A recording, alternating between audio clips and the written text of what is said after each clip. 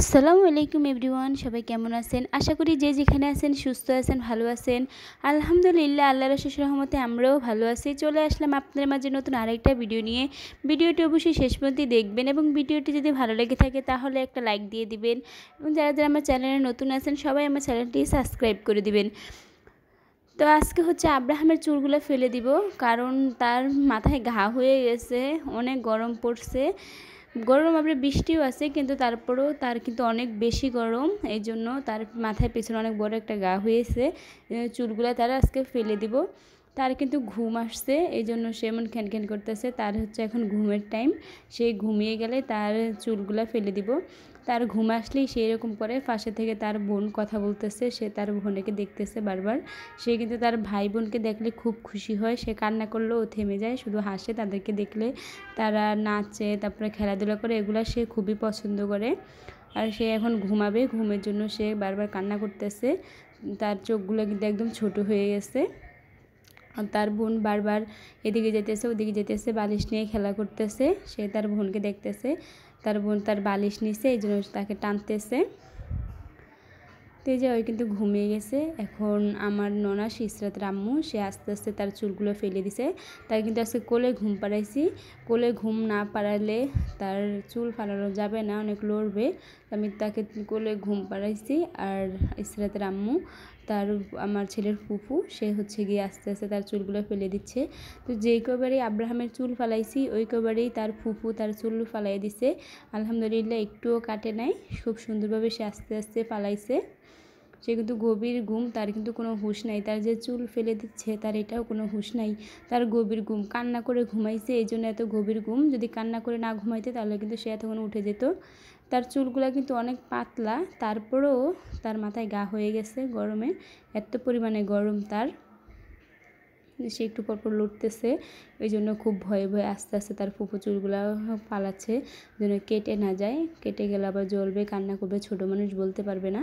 খুব সাবধানের সাথে সে চুলগুলো ফালাচ্ছে।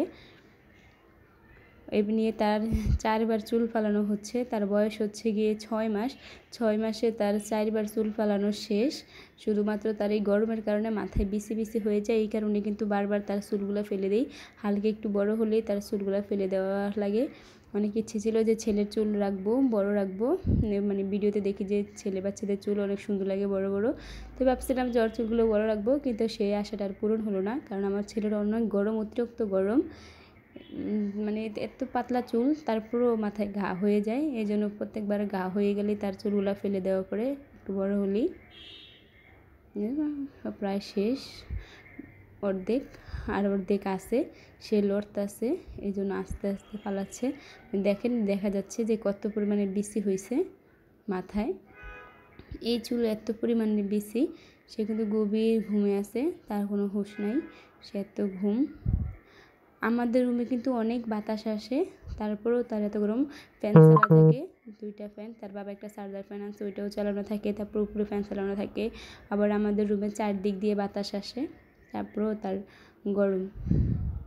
বাচ্চাদের যে এত পরিমাণে গরম, শুধু ওর নাকি জানি না, আমার মনে হয় সব বাচ্চাদেরই এরকম গরম।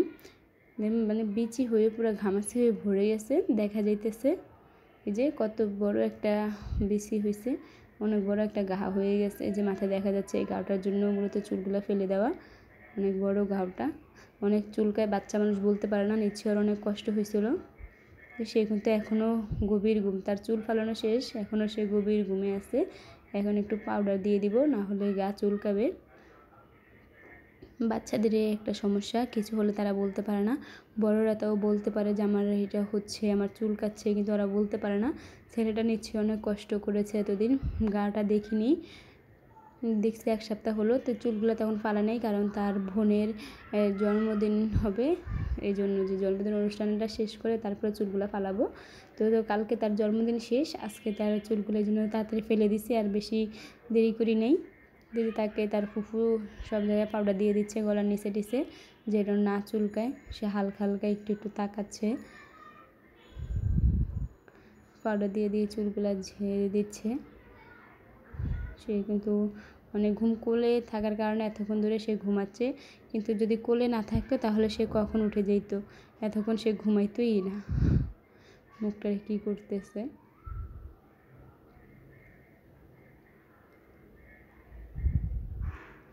এই যে এ হচ্ছে আমার ছেলের ফাইনাল লুক চুল পালানোর পরে।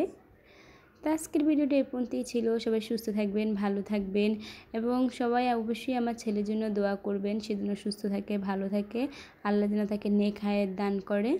আল্লাহ হাফেজ।